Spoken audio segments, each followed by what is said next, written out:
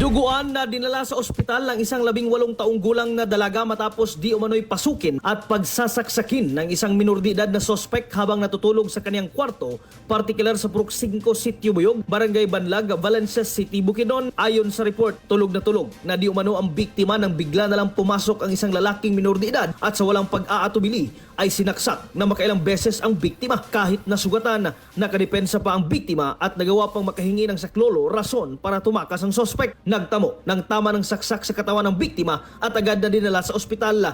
Ligtas na naman ang kalagayan nito. Makaraan ng ilang oras, personal namang idinulog ng mga magulang ang kanilang minor de edad na sospek at nasa pangangalaga na ngayon ng City Social Welfare and Development Office o CSWDO sa Valencia, Bukidnon. Kasama mo sa RMN DX MB Malaybalay at ng 95.3 IFM News Bukidnon Matik, Radjuman Mark Mikabalo, Tata, RMN